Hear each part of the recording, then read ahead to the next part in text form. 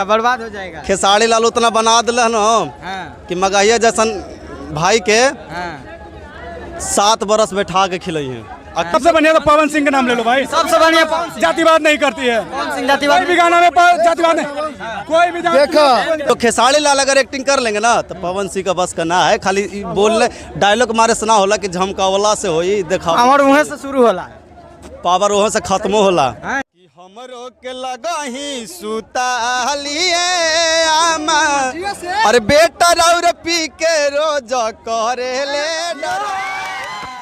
हिया लगावल अरे बहुत बात नहीं खे अरे जियारा जुड़ावल बहुत बात होला।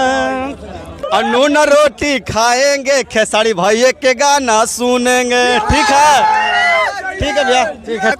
खेसारी पवन में